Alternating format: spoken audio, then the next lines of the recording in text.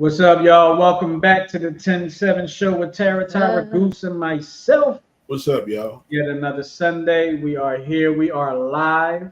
And if you don't think we are live, I'm going to tell you right now we are. What's up, Sheena? Sheena says hello, everybody. Hey, Sheena.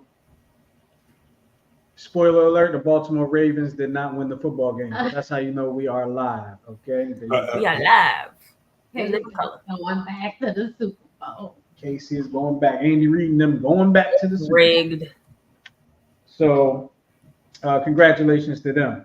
But y'all know how I like to start the show. It is yet another Sunday, and I like to know how my people have been. So, my people, how y'all been?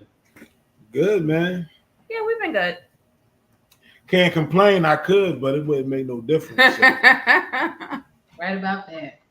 Yeah, Everybody got problems. Yeah. How about you? I've been good. You know, a few close animal encounters up here. I'm sorry. Now what now? Some close encounters with these deer. Oh. You know. But other than that, you know. You gotta feed them. Make nice with them. Feed them. What's a close encounter for me? Yeah. When I realized like exactly how big they are. Like that's how that's too little. Yeah. And you're like, wait a minute. That's like 2-3 times on horseback. Yeah. Big. I'm talking about whole families, the babies, the teenagers, all of them. Yeah. When you see one, watch it because you get the others. Uh-huh. Yeah, I think I saw this video the other day. I think it was a yak, and went to run across the highway, and it like, what? And it like tripped, right? It tripped, and then it looked like it slid on some ice, and his car hit it, and that joint went like, Wait, it's ice? it was crazy. I think I sent it to you. But then he probably got up and walked away, didn't he? The video stopped. It looked like it was about to get up, and then the video Get stopped. up, shake it off, and walk away. Mm-hmm. Right. Meanwhile, my car is tore up.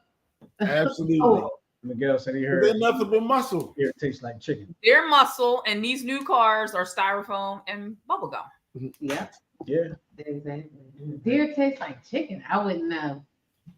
Deer is not. It's actually pretty tasty. It is. It is. I've had it before, Really? but they'll say venison. Yeah, Okay. I was gonna say, isn't that venison? Venison. Okay, no, I've never had it. It's good. Why does everything taste like chicken though? I don't think venison tastes like Venison chicken. doesn't taste like chicken. Okay. Well, I have to try it one day. Yeah, it's a different type of taste. I've had deer jerky. Oh, you know, we did have a deer teammate- jerky. We brought some that time we went to Peddler's Village. I don't know if Remember? you had some. Oh yeah. I don't think you had any of that. Uh, But I've had deer jerky. A teammate of mine in college made deer jerky. So we got a comment. Miguel said I've had duck tastes like tires. Shout out to Miguel. Duck is good. Who cooked your duck, Miguel? He said I'm it saying, tastes now, like I've tires. had duck. I have some duck rolls. That's- No. That's Miguel from the Check Swing podcast, airs on Friday nights live here on the 10-7 show. Shout out to him. No, Miguel, you need some better duck. Duck is delicious. Cooked properly. Yeah. For sure. All right, so we're gonna. Oh, I got you. Thank you. She keeping me straight over here. So we're gonna move on. We're gonna move on because it's that time of the show. One of our favorite parts of the show is that part of the show where we're gonna ask you what you would rather do, and we tend to call that.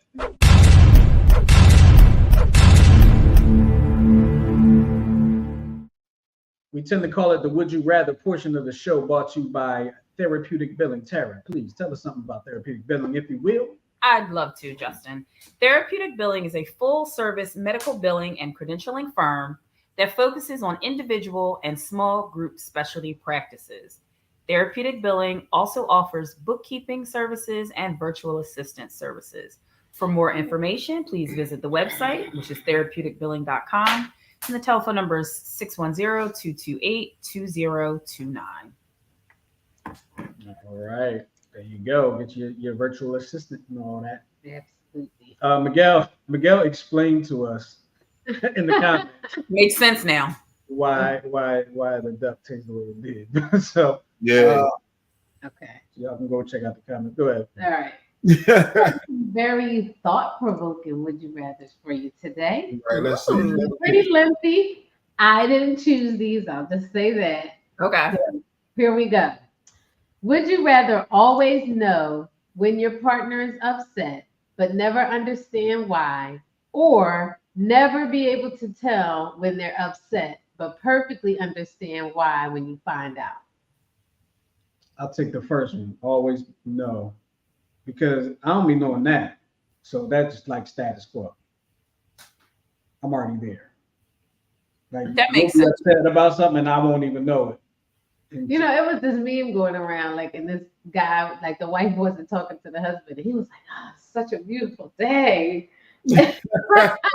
And man, he thought it was just peaceful, and she was pissed, but they was both Yeah. you could hear both of their minds. Mm-mm-mm. Yeah, I would say always know, always know. always know. Yeah. Yeah, Because if you know, then no matter what, You'll know how you to can handle. always act accordingly. Yeah. yeah. I agree. I'm gonna go with that one too. I'm gonna go with that one. Yeah. I'd rather. What did I say? Always know. Always know. Yeah. All right. So here we go. Here's the second one. Would you rather have your partner be an amazing listener, but rarely express their own thoughts and feelings, or have them openly share everything, but struggle to truly listen and understand your perspective?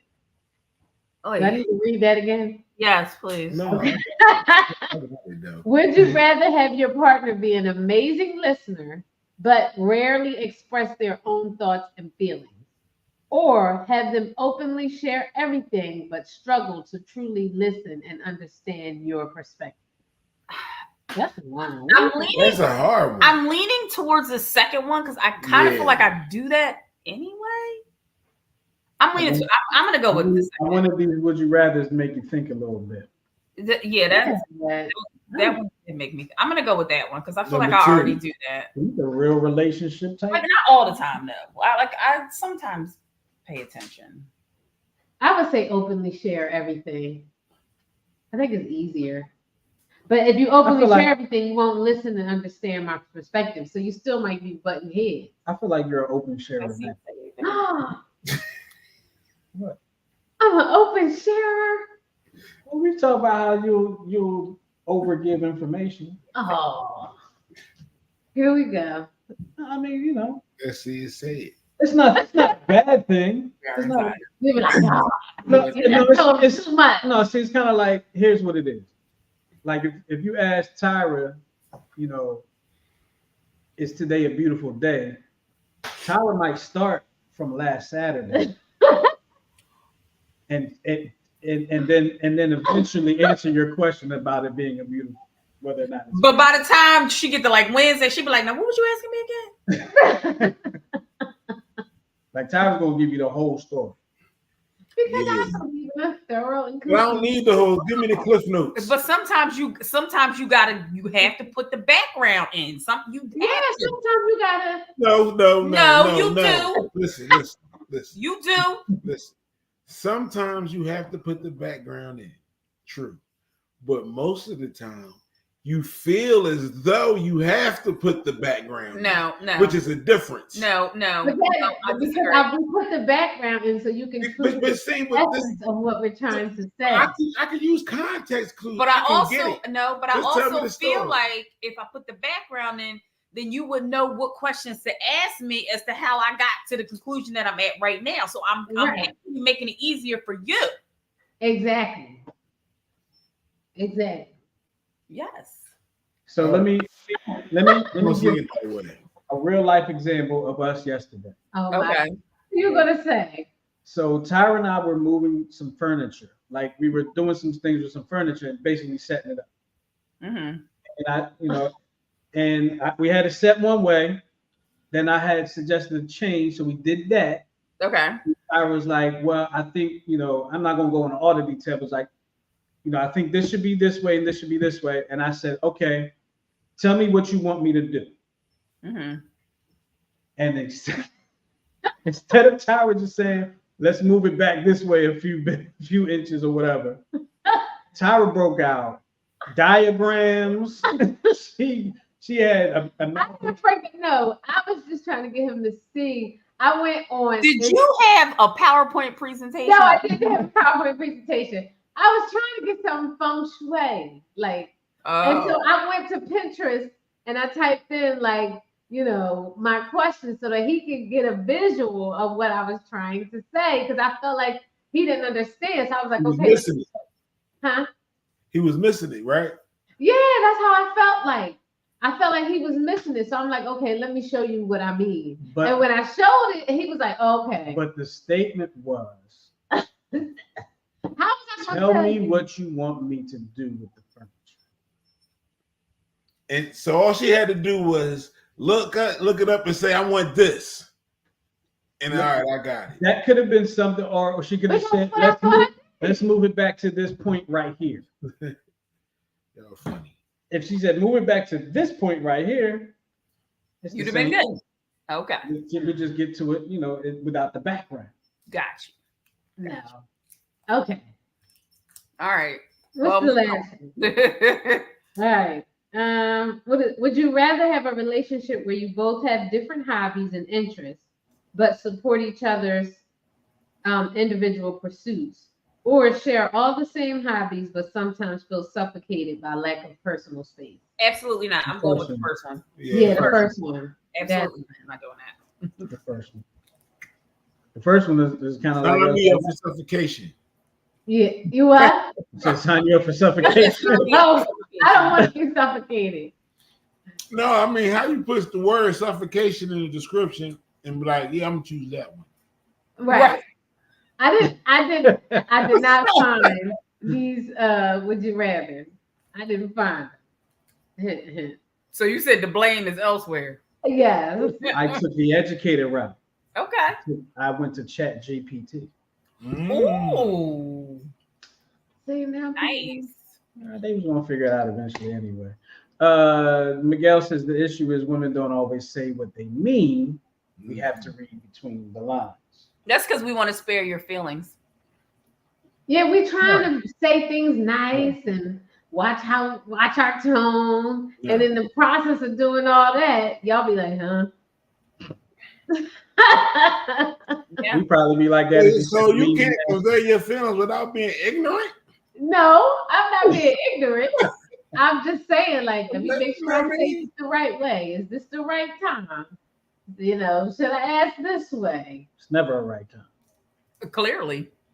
No, I mean seriously, like if it's something that you have like a gripe about, there's never a right time because it could be something like I could be angry or frustrated about something. That's not the right time. I could be all happy and excited about something. You wouldn't want to mess that up. That wouldn't be the right time. So there's never really a right time. Okay. So you might as well just do it when you do it. Seriously, like there's never a right time. No.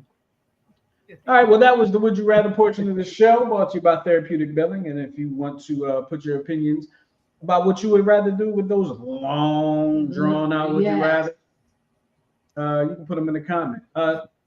Quick note, on the Check Swing podcast on Friday, we had a Would You Rather segment. So, I don't think they're listening to it. Yes, I don't think they listen. Goose looking at the wrong notes. I'm just trying to get him on track with the rest of us. Oh, okay. Well, I was saying that as you can see, we're on the Check Swing podcast the other day, we actually did a Would You Rather segment. You see, they was just there. That was the wrong one. Hey, all of them. Okay, it's usually 227. A what?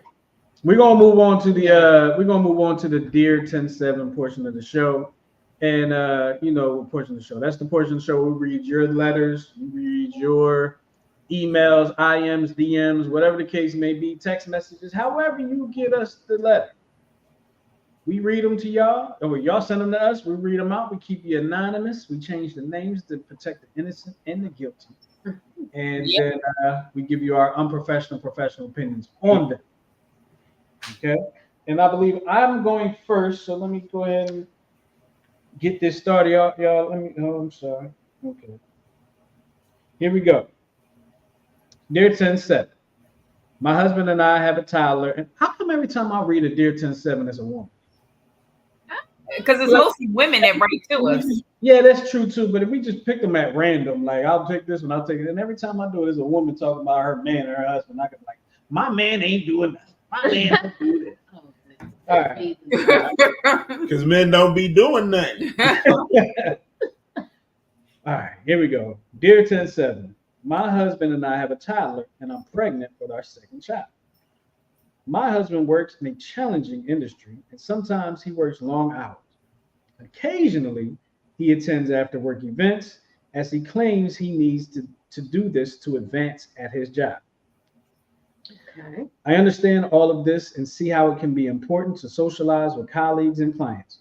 However, he has been going out much more lately, and it is seriously disruptive to our family's life. I am essentially on my own at home while he comes and goes. Recently, he went out after work, and when I woke up with our toddler at 3 a.m., I saw that he still wasn't home. I called him and asked him to come home, and he did. Now he's acting like I owe him an apology for interfering with his social life. I am starting to... Joe just jumped. Did you see that? What happened? No, it wasn't. No, the notes jumped on me while I was reading. I'm sorry. Oh. Now he's acting like I owe him an apology for interfering with his social life.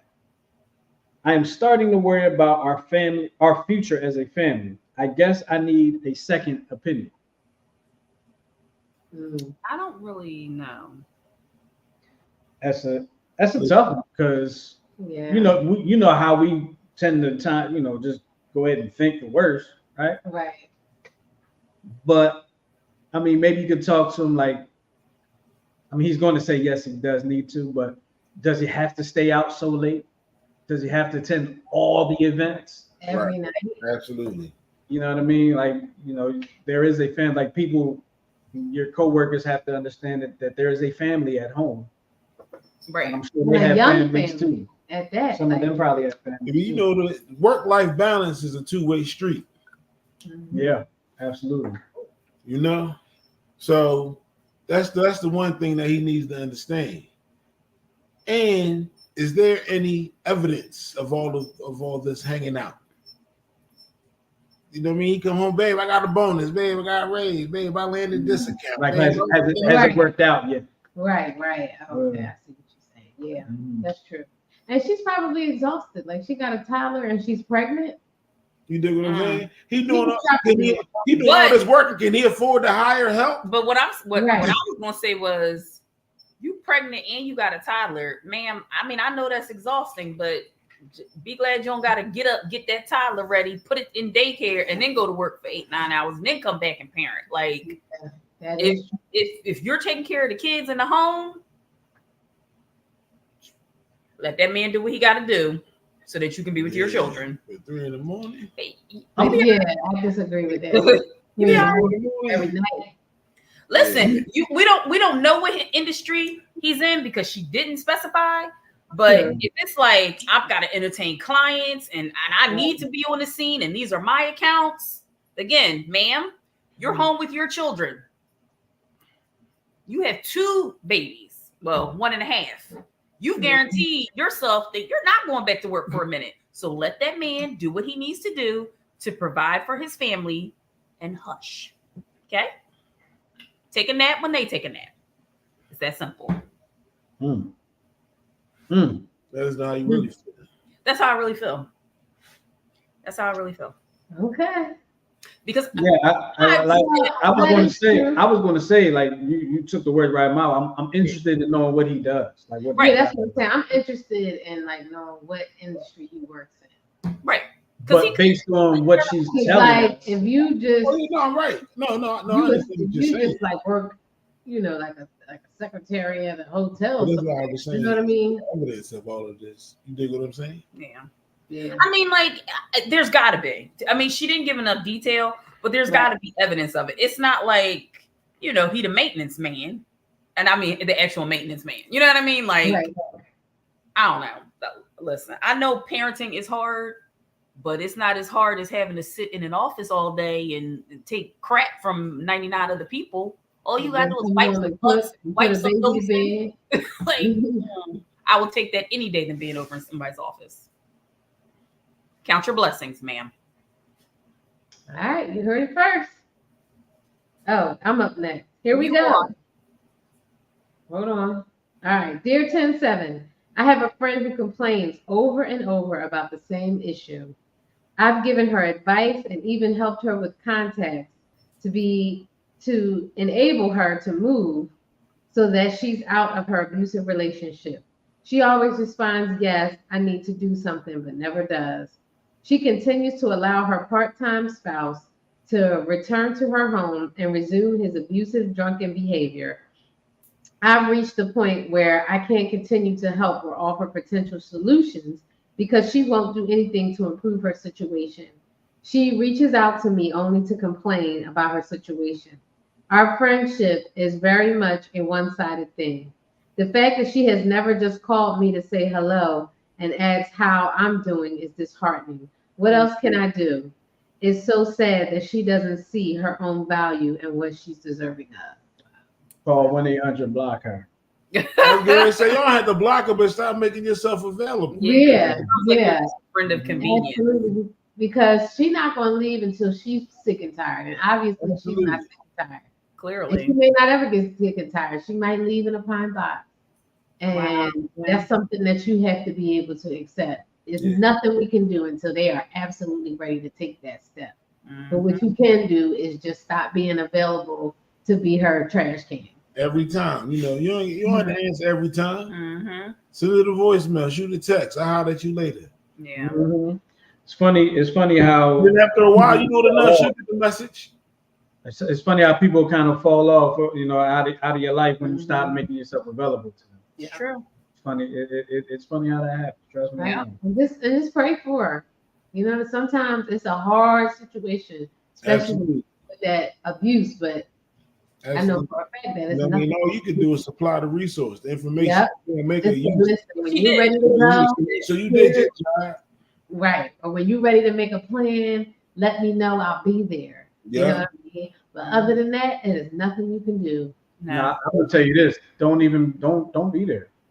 Like I you're being do that. used. You're being used. Like she don't even care. She don't care about your well-being. But I'm not saying like to talk to her all the time. But like when she's fully ready to be like, you can call me in the middle of the night and I'll take you to the abuse center. You know what I mean? She got to know that she has somebody to lean on if in the event she's Every ready. day you crying. It can't be me no more. It can't be me because you're using me. She's using her. Mm-hmm. She's using her, and she's going to continue to do so if this girl knows that she's available to her. Right. Like I'm not saying be mean to her, but what I'm saying is like you just cannot make yourself available. Like this is not your friend. That's the thing. Right. I'm This not is saying your like friend. be constantly available, but let her know like when you're ready to truly make that escape.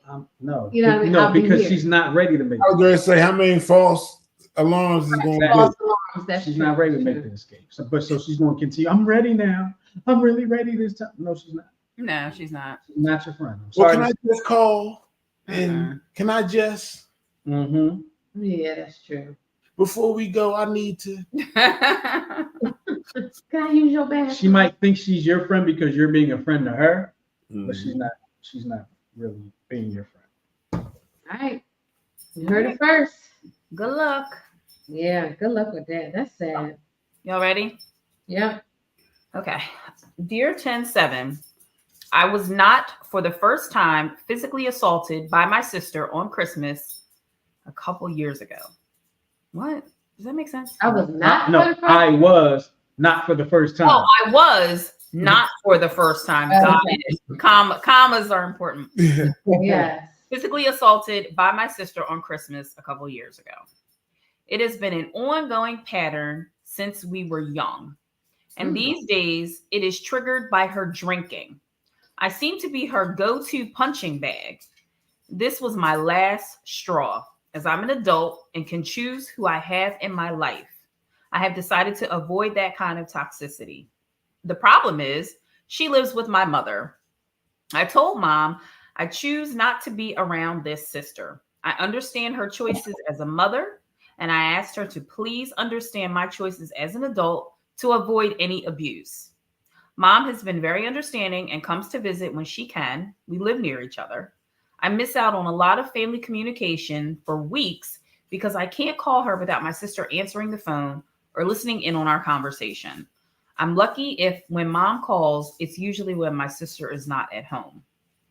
As for any holidays I host, I invite mom, but because she feels bad for leaving my sister out, she won't come. Ever since the Christmas incident, the family will get together, and because my sister is there, I will not come. They all know this. I feel the family has chosen her over me, knowing she is my aggressor, and it saddens me so much. I wonder, do families ever tell abusive family members to sit out a holiday, or do they feel like it's our problem as the victim, that we won't deal with these people? I have a cousin going through the same ordeal, and we both feel so abandoned. We don't speak ill towards them. We just refuse to be around them. Therefore, it seems the only reason we can't be there is because they are. It seems like the mom's being abused too. Yeah. I mean, I would just say, like, you and your cousin, y'all need to start your own little family tradition. Obviously, y'all coming out of dysfunction. That is complete dysfunction that they would just sit there and watch her abuse you on more than why she do it. She's allowed to. Right, because she allowed. Let's see stars a couple times. She'll think about it. Yeah, my advice was going to be call your sister, tell her to square up. Y'all go all that one time. Right. One good time, and then that's it. From here on, that's it. And then we're done. I mean, come on, we adults. That's horrible. Like, why would you do that? And shame on the family for sitting around and watching that and thinking her side. We adults, that's horrible. When she's whooping up on her sister every Christmas too. That's what I'm saying. And that's why I said shame on the family for allowing that. The family's horrible too. You and your cousin need to get together and start your own little family tradition, because that's function over there. After you square up with your sister. I agree with you, Tyra. That would seem like the best thing to do. Yeah, that seems like the best thing. One little thing, and then don't worry about the rest of each other and let them beat each other to death. Mm-hmm. Y'all can be Laverne and Shirley. That's a shame. Like, who does that? It's terrible. Get drunk and start fighting. Like, come on. Because you don't fight back. That's why she keeps. Yeah. I wonder if she's been beating you up like your whole upbringing. Like, is she the older sister? Adults, like, why y'all letting I'm I'm wondering if she's the older sister that ain't grow out of that. And nobody called the cops. Or are you the older sister? Right. That whoop up on her and now she's getting you back. I will, and if she do, call the cops. Have her arrested. Yeah, I was saying, you beating me up. I'm calling the police. Exactly, and she can go right to jail. Yeah. It'll be. Remember that Christmas? Yeah, remember that? Mm-hmm. Absolutely, and I'm going right. Remember that Christmas Susan found her heart. That's the Christmas they need to remember. True. Yeah. All right, we got our last one, our last letter. Go ahead, babe. All right. Dear 10-7, my wife and I are part of a 3-couple group who enjoy dining out as well as entertaining in our homes. However, while my wife and I are one other couple serve as hosts, the third never invites us into their home.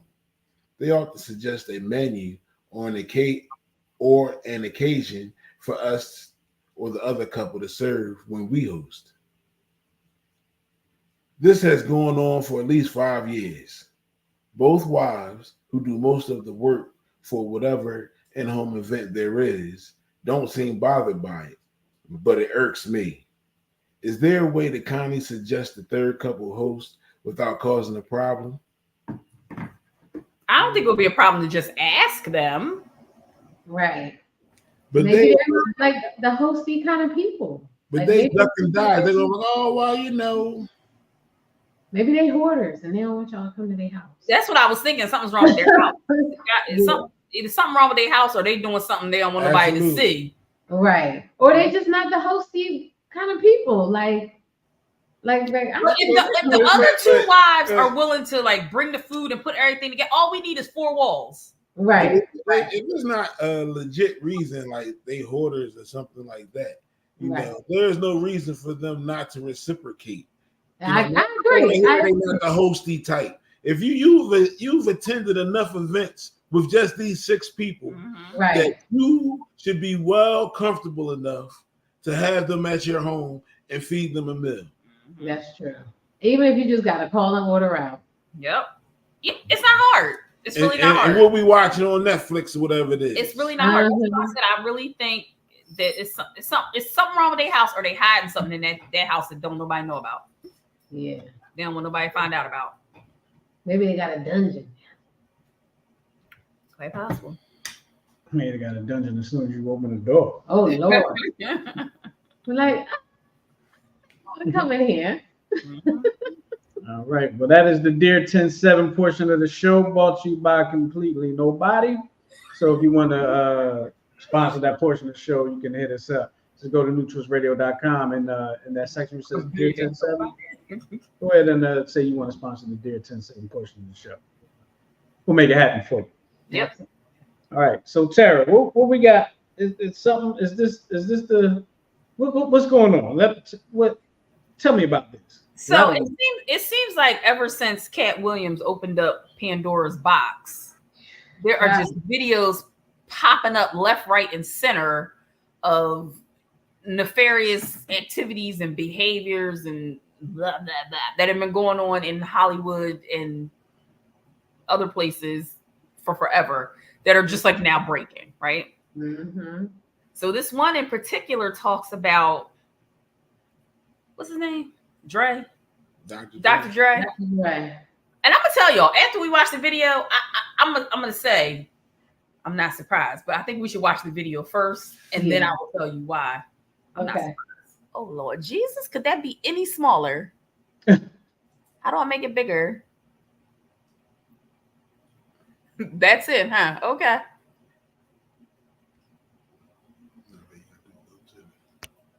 Oh, sorry. I'm in the wrong spot.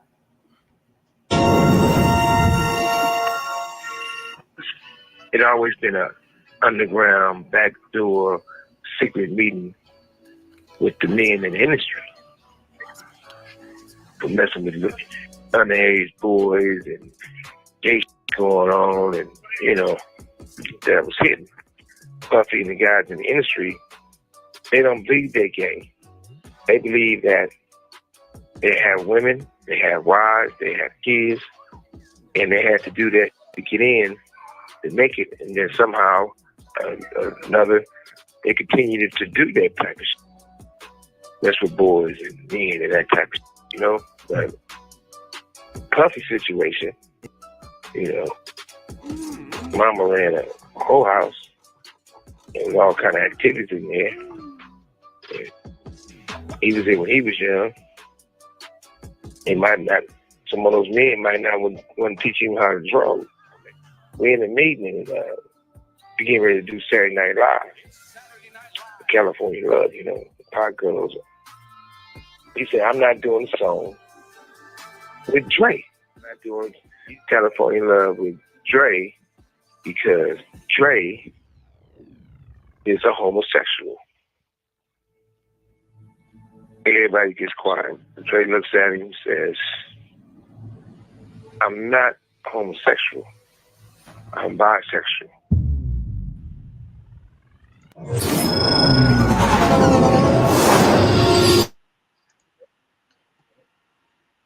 All right. I don't know if I was ready for that, but okay. This is your first time seeing it? Yeah, this is my first time. Oh, I didn't know what. Oh, I didn't know you didn't know. Yeah, I didn't see it before either. Oh, you did? Oh, I sent it to you. You said, I think you must have just sent it to me then, Tyra. No, I might not look. I ain't gonna front. You'll I never didn't look. You'll never. Okay, so what I was gonna say was y'all might be a little too young to remember this, but Dre was a part of the World Class Wrecking Crew. Mm-hmm. Okay, you remember it, Justin? I knew he was part of it. I can't say I and he remember. dressed in like They was like androgynous makeup, heels. Yes. Yeah. So when Dr. Dre came back out With with NWA, NWA, I was like, in the song, they like from the World Class Wrecking Crew. the Funny Daddy Boy? Like, oh, okay. No, I'm not surprised. Not surprised at all. Well, okay, so I'm just like, I'm not surprised by that because what's the song he did with it was California Love, right? Mm-hmm. Mm-hmm. So on one of Pac's albums, there's a remix or something, another version of California Love, and he says, California Love, this time without gay Dre. Mm. oh really? Mm-hmm. Oh, Wow. what I know. Yeah, I'm not like surprised to hear that, but it kind of explains why I heard what he said on his album years ago. So Makes sense, right? Wow. I mean, Suge Knight has a podcast that he does from prison, and I'm gonna start listening to it yeah, as soon as we get off this podcast. Yeah. I didn't know you could listen to it. You wanted to share that with me. Oh, okay. Look, I was a Death Row fan. Like I was a huge Death Row. I liked Tupac. I'm not gonna lie. I love Tupac. I really wish first celebrity I actually shed a tear over when he died. Here. I feel like we could have taken better care of him. Oh, I knew you was going. I was getting ready to say. Sheena said, "Yeah," because when Eazy-E went solo, he clowned the hell out of Dr. Dre. Mm-hmm. Really?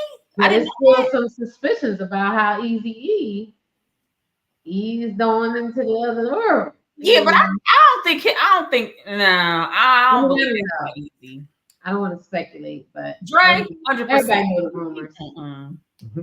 I mean, I'm just not surprised anymore by anything you hear of what's going on. And I mean, I guess that's a valid point. Calling Hollywood for a reason. Yeah. And I think, and I was just telling Justin, I think people, they want fame and money so bad that they're just willing to do anything. To just do whatever. Some people go there thinking that they tough enough to get into that world without having to compromise in some sort of way. However you compromise. It's but a lot. When they get there, they find out that they're not strong enough, and they either going to compromise or live another life. It's a Most lot. People end up compromising in some kind of whatever that compromise. When do y'all think that started? What? Like it's always been like that. But I'm saying like I'm thinking like, do you think like Lucille Ball and Ricky Ricardo had to go through that? Like, do you think there's like a point where it became that?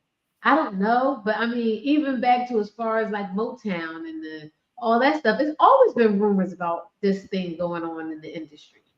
You know what I mean? Like, especially with young girls trying to get fame, to become and apparently young boys too. Young boys too, yeah. I mean, there's a video out there with Raz Speed talking about some things. I mean, giving explicit detail to the point where it almost brought me to tears. And that's what I'm saying. You gotta believe that when they're that explicit. Yes. Saying something about like when Bill Cosby was accused of assaulting these women, like they had their story didn't change from each other's. And the thing that stood out details, I was like, I remember hearing his belt buckle hit on tap.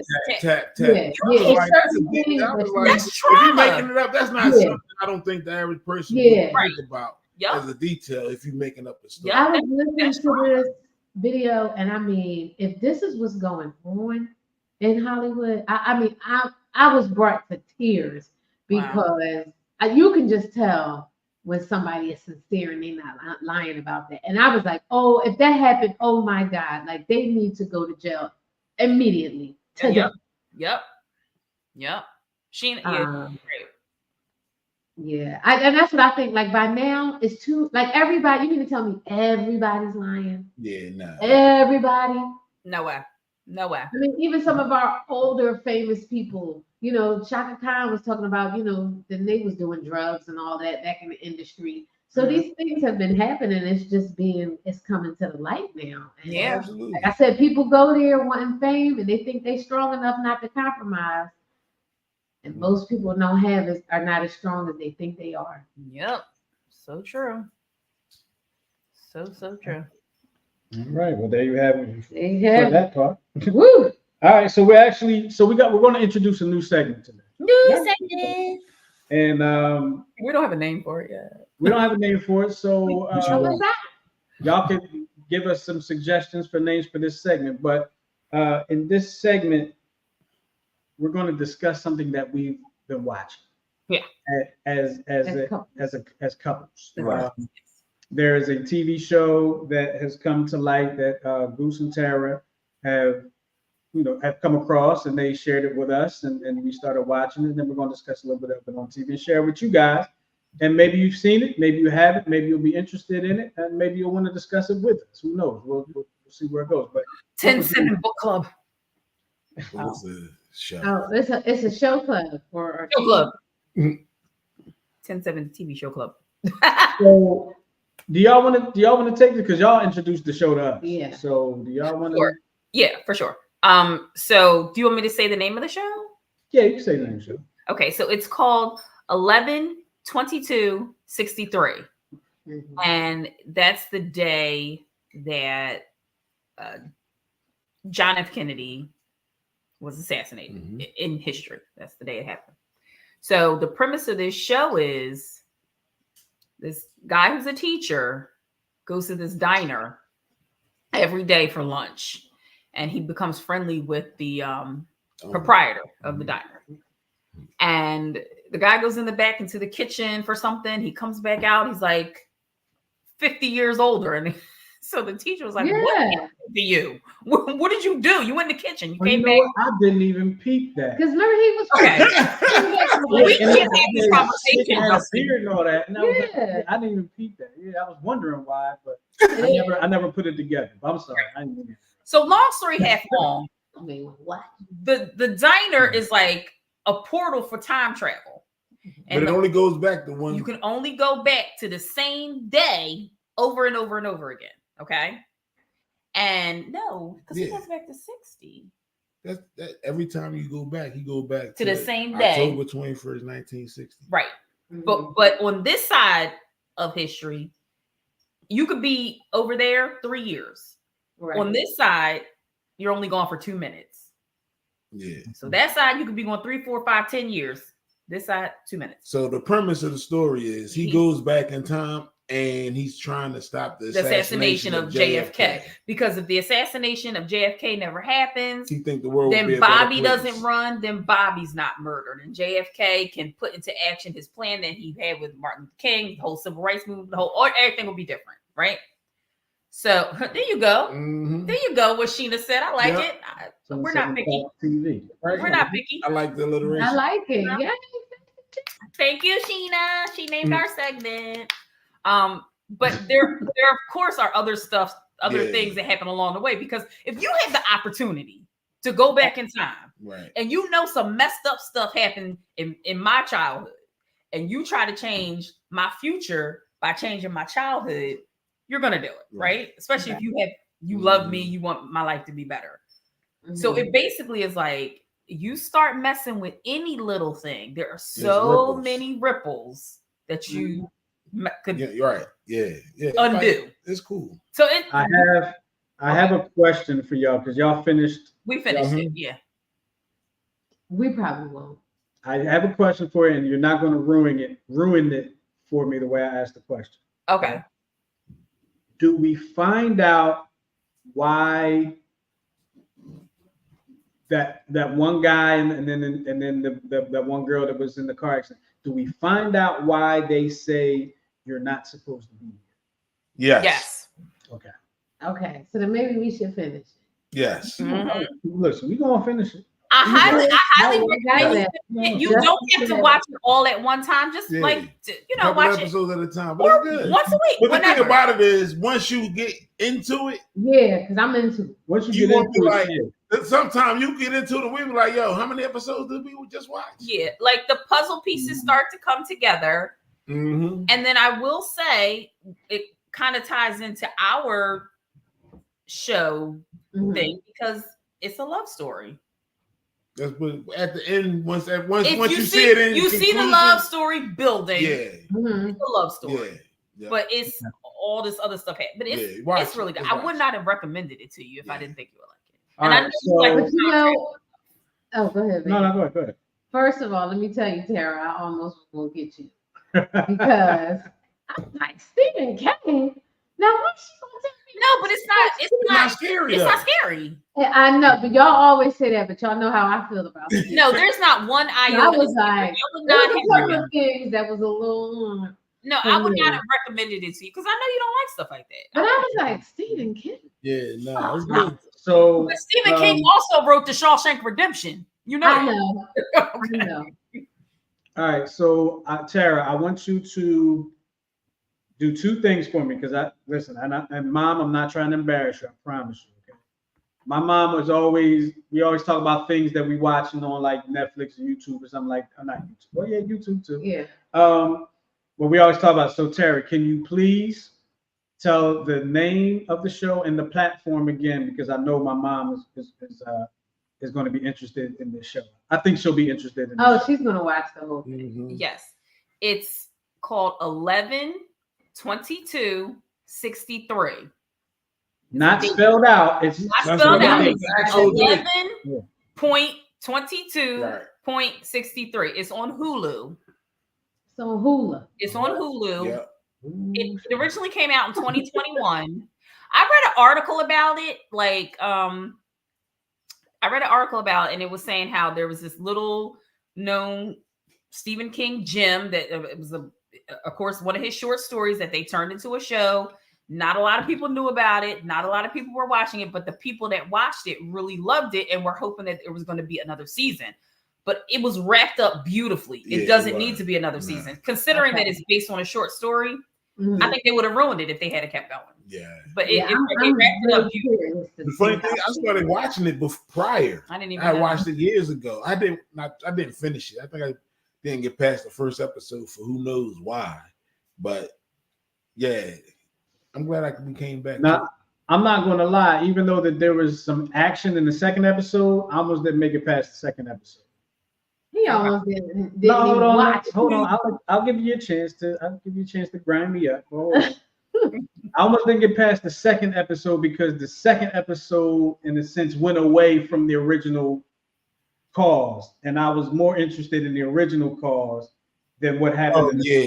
But they've got to have filler. That's what I was saying. Right. There's going to be little sub stories because if you get a chance to go back in history, you would try to. I'm gonna change my mom's life for the better. I'm gonna make sure my dad know the winning lottery number. You know what I mean? Like stuff like that. So many things can happen when you change history. Yeah, absolutely. My goodness. But yeah, check it out, y'all. And then next time we bring it up, probably next week. Yeah, we want y'all to let us know how y'all feel about the show as well. We can make some fun with this. What we can do is we could post it in the group, like what we watching and what we're gonna talk about on the next. And then if you have some suggestions of things that you've watched and you think, you want to hear our opinion on what you think we should watch, let us know. Post it in the Facebook group. Let us know what you're watching. Absolutely. Well, Sheena named the segment, so thank you, Sheena. 10-7 Talks TV. All right. So now we're going to get into our topic of the day. And I forgot we even had a topic. We're going to get into our topic of the day, and it's about marriage getting tougher. Now, Tara, what does that mean? Is that like tougher than it was years ago, or is it getting tougher because? Explain this. Basically, they're saying that this article is saying that marriage has grown tougher over the past 10 years, and that modern love poses challenges that other generations did not experience. Kind of like what did we talk about last week? NATO. Yes. Okay. NATO relationship. Yeah, kind of like that. So modern cultures try to convince couples of fairy tale endings. We all know that's not true. No prince is going to come save you. Higher workloads and greater distraction lead to decreased marital satisfaction. And research shows that divorce can be contagious in social circles. Really? That's what stupid. I mean. Okay, so Goose and I got married 2001. Yeah. So like the year we got married, there were like 4 or 5 other couples that were in our circle that had gotten married. And of all those other couples, I think Erica and John and Goose and I are the only ones that are still married. Everybody else is divorced and single or divorced and on to marriage number 2 or marriage number 3. Of the couples in our circle that got married the same within months of us getting married, there's only 2 of us still standing: John and Erica, and Goose and I. Now, were all the couples? You said this was like y'all couples circle. Like these were all couples that knew each other. Yeah, it was like couples that knew each other. I had a cousin that got married to her first husband that year. Who else? Oh yeah. You know what? You know what? Because it's interesting because divorce being contagious seems like a real crazy concept. Because it is. Because it is. But I feel like it's probably more so like, okay, I saw Charlie and Robin get divorced. I just do Good Morning America. I just saw Charlie and Robin get divorced. I now have more, I guess, inspiration in a sense to get divorced because maybe I've wanted to. I mean, I've seen it there, so I see what you're saying. That could be that push. You know? I see it as like, you talk amongst your friends and you talk about your likes and your dislikes, and then y'all start to kind of rehearse that together. And you start saying things you don't like about your husband, and then she go home like, oh, he do that too, and I don't like that either. You know what I mean? And it probably amplifies it, and it amplifies you focusing on the negative. Right. You see what I'm saying? It's like having that one negative Nancy in your group. You know what I mean? And you tend to start focusing on the negative, and I think that's how it trickles down. That makes sense. Yeah. It's like you see your friends like getting out of these bad marriages and they're happy, and you're like, and you sitting home trying to work it out. He's okay. Listen, I'm like, are you happy though? Like, I remember you saying that when got divorced, because I was like, I can't believe he's leaving her, and Goose is like, you want that man to be miserable for the rest of his life? And I was like, wow, you know what? I didn't even think about that. No, I wouldn't want somebody to be miserable. If you're miserable, yeah, you need to leave. You need to leave if you're miserable. You know what I mean? Yeah, your happiness is very key. Oh, absolutely, to everything. I say stuff that makes sense sometimes. Yeah, most of the time.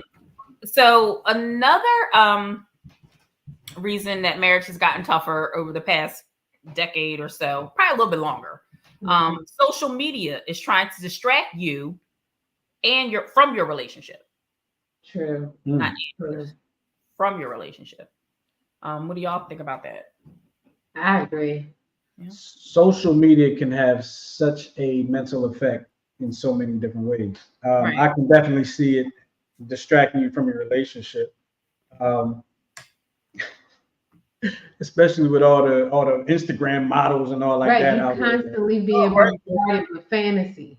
Social media makes it easier for you to do what you want to do, if that's what you dig what I'm saying? Because it's not like back in the day before social media, you had to either be on the phone or you had to be face to face in person with somebody if you had, a side relationship. Right. But now you can just jump on your phone and you can talk to anybody that can get your signal. Right.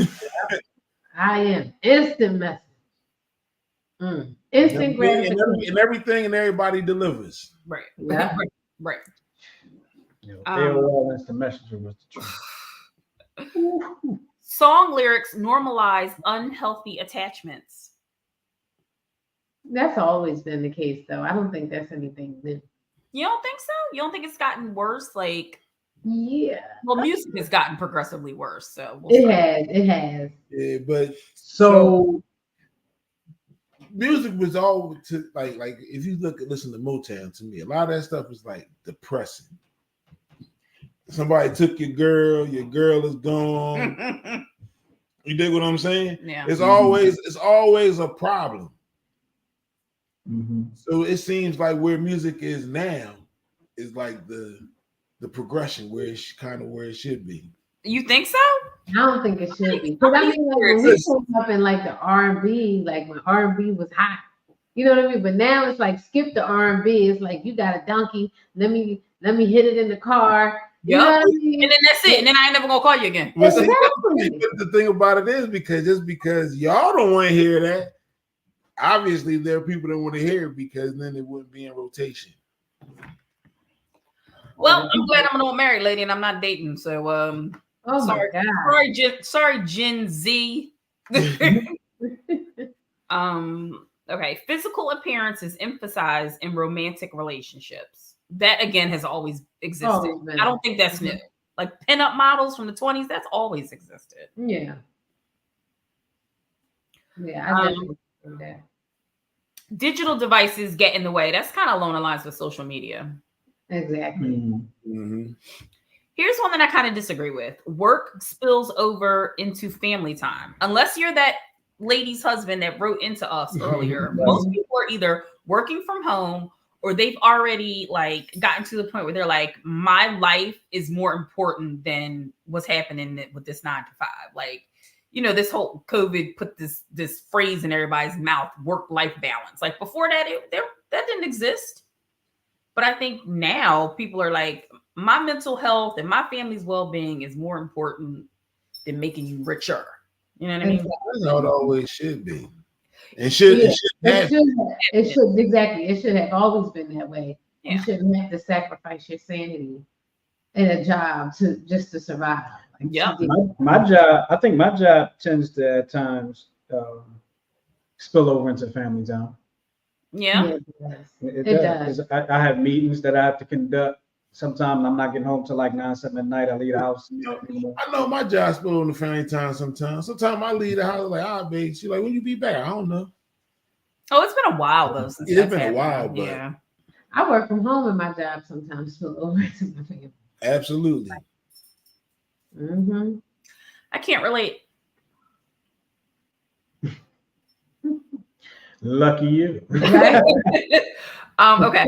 So negative news, which that's all the news, and frequent crises affect emotional well-being. I can see that. I can definitely see that. Absolutely. That's why I don't watch them. Especially like The whole statement is subjective, though. It is subjective.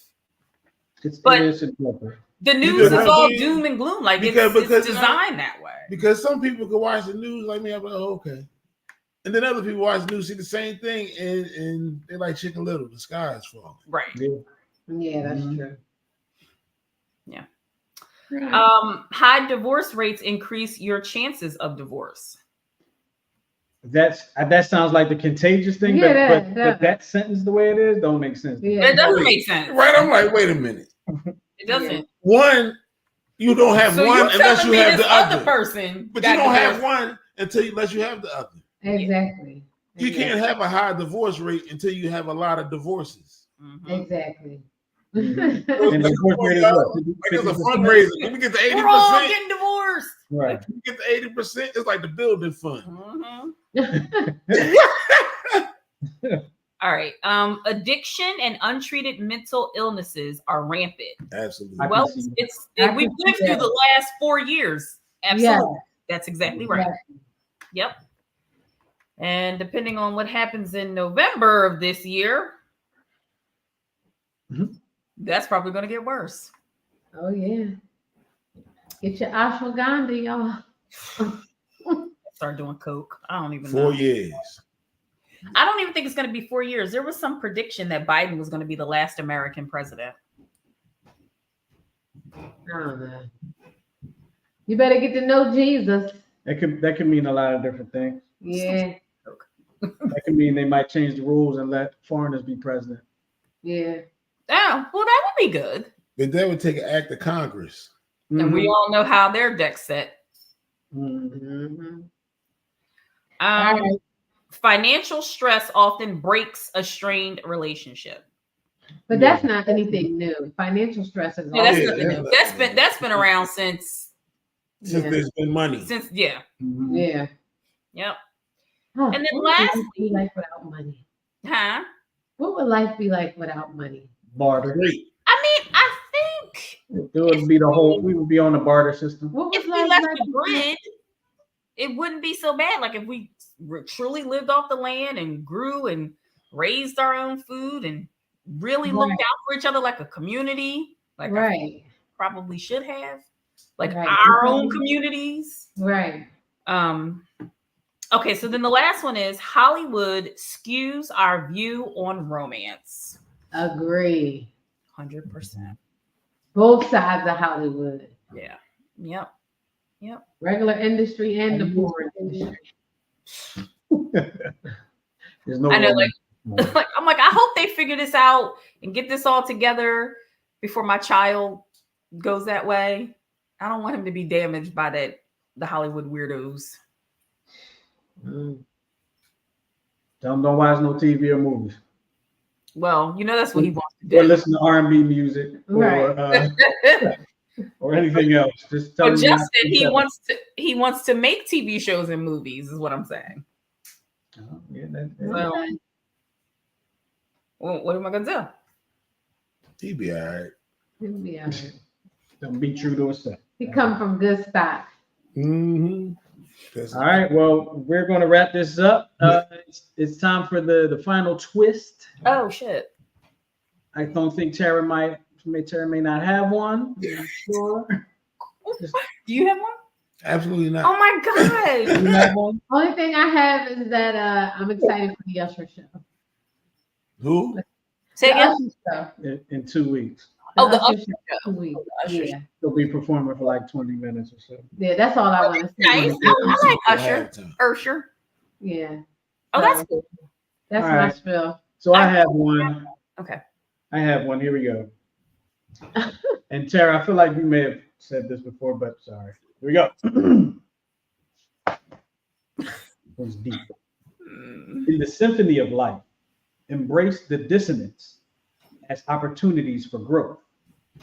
For it is through the turbulent notes that the most beautiful harmonies of resilience and self-discovery emerge. Mm. Now I'm gonna act like I know what that meant, Well, but there was a lot of big words in there that there I were like. big words. Even if you didn't, it was very profound. Thank you. All right. So look, we're gonna get up out of here. We appreciate y'all hanging with us on this championship Sunday. And if you're not in tune right now, the Lions are beating the 49ers 21-7. We are live. Oh yeah. Oh, you said it's 21-7. What quarter is it? It's the second Second. quarter coming up on halftime. So No, it's still a lot of still game a lot left. of time. Still a lot of game left. So I kind of want the 49ers to win and then beat the hell out of the Kansas City people. I want the 49ers to not win. I'd rather see Detroit lose and then see Detroit beat Kansas City. Kansas City. I think it's Detroit's time, but I don't want to put it out there because I might be jinxing. That's all. It's They Detroit's gonna moment. think you was in one of them backroom meetings when they was deciding who going to the Super Bowl. No, right? Uh-huh. Detroit's going to win it all. It's their time. It's on them. All right, so we're pulling for Detroit. Okay, if that's what y'all say, I'm rooting for Detroit. At least I am. Okay. All right, we're going to get out of here, y'all. We appreciate y'all hanging with us here on the 10-7 show with Tara, Tyra, Goose, and myself. Mhm. We will be back next week with another live broadcast right before the Super Bowl happens in a couple weeks. So The make Usher sure, oh yeah, I'm sorry, Usher Hill, in a couple weeks. So make sure y'all tune into us next week. But for everybody, we're going to get out of here. We'll talk to y'all next time here on the 10-7 show. Peace out, y'all. All right. Be kind, people. Be safe.